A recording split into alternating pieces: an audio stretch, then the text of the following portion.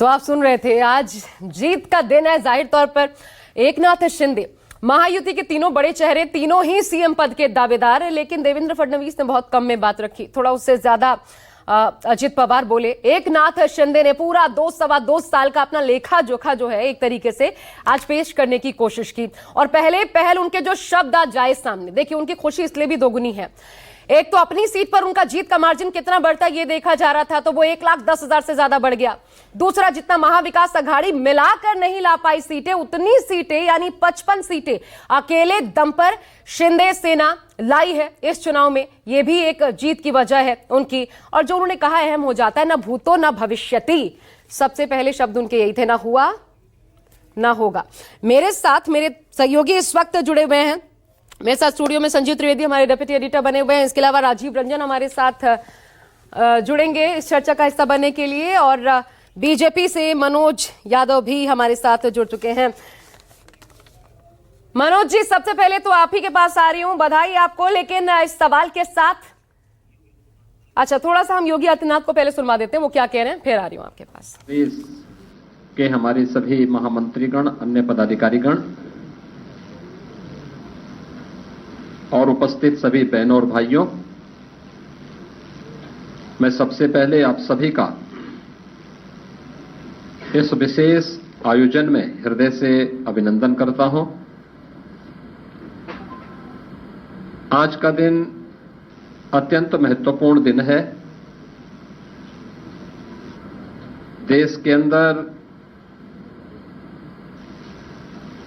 महाराष्ट्र और झारखंड राज्यों के विधानसभाओं के चुनाव के परिणाम आए हैं और विभिन्न राज्यों में उपचुनाव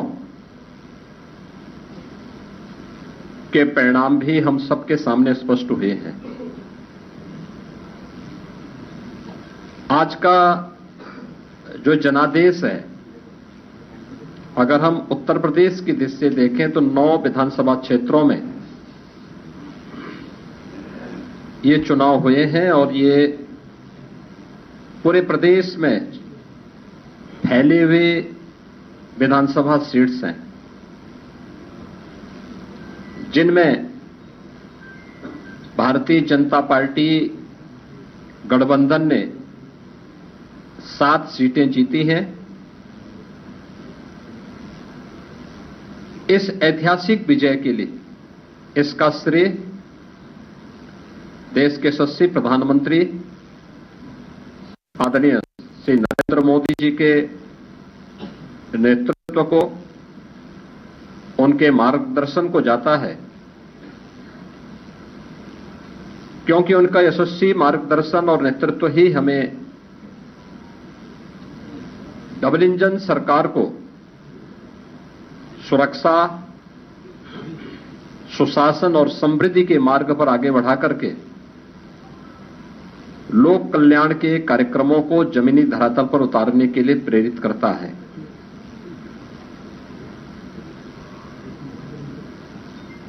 ये प्रधानमंत्री मोदी जी के यशस्वी नेतृत्व पर जनता जनार्दन के विश्वास की मोहर है। जनता जनार्दन को अटूट विश्वास है कि मोदी जी के नेतृत्व में उनकी नीतियां, उनके निर्णय देश और समाज के अनुकूल हैं और उस अनुकूलता पर जनता जनार्दन की मोहर है। इस संपूर्ण विजय के लिए मैं भारतीय जनता पार्टी के उन सभी समर्पित पदाधिकारी और कार्यकर्ताओं को, जिन्होंने प्राण प्रण से जुड़ करके डबल इंजन सरकार के कार्यक्रमों को और उपलब्धियों को आम जन तक पहुंचाने का कार्य किया है, उन सब का मैं इस अवसर पर हृदय से अभिनंदन करता हूं और सभी विजयी प्रत्याशियों को मैं अपनी ओर से हृदय से बधाई भी देता हूं।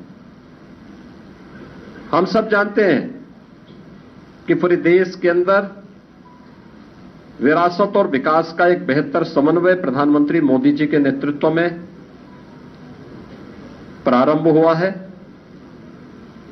सुरक्षा का, सुशासन का एक बेहतरीन समन्वय और देश की आर्थिक समृद्धि को हम सब अपनी आंखों से देख पा रहे हैं। यह जो कभी सपना हुआ करता था, आज ये हकीकत में हम सबको नजर आ रहा है और इसीलिए आज उत्तर प्रदेश की विजय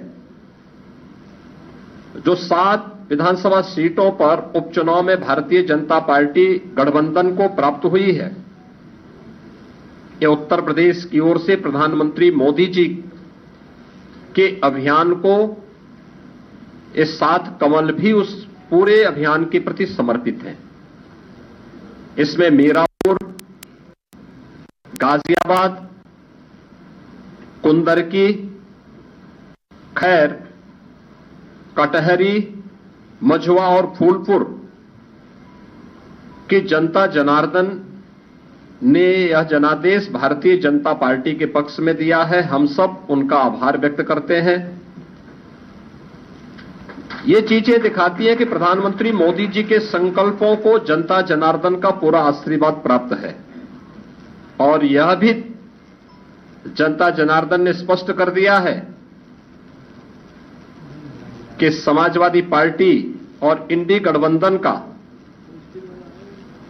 लूट और झूठ की जो पॉलिटिक्स है, अब इसके अंत की उद्घोषणा भी यह चुनाव है। स्वाभाविक रूप से हमारे पदाधिकारी और कार्यकर्ताओं ने कड़ी मेहनत की, पूरी मजबूती के साथ, पूरी प्रतिबद्धता के साथ इस परिणाम को लाने के लिए